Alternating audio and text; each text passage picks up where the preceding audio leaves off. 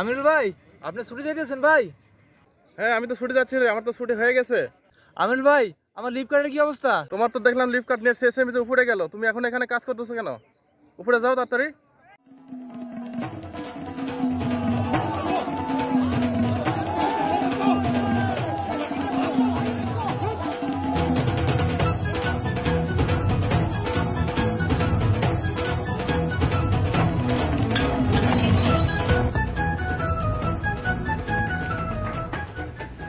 আসসালামু আলাইকুম মিজি।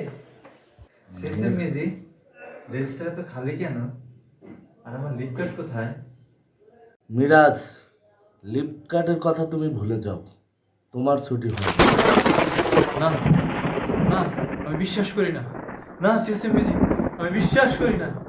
না, এটা হতে পারে না।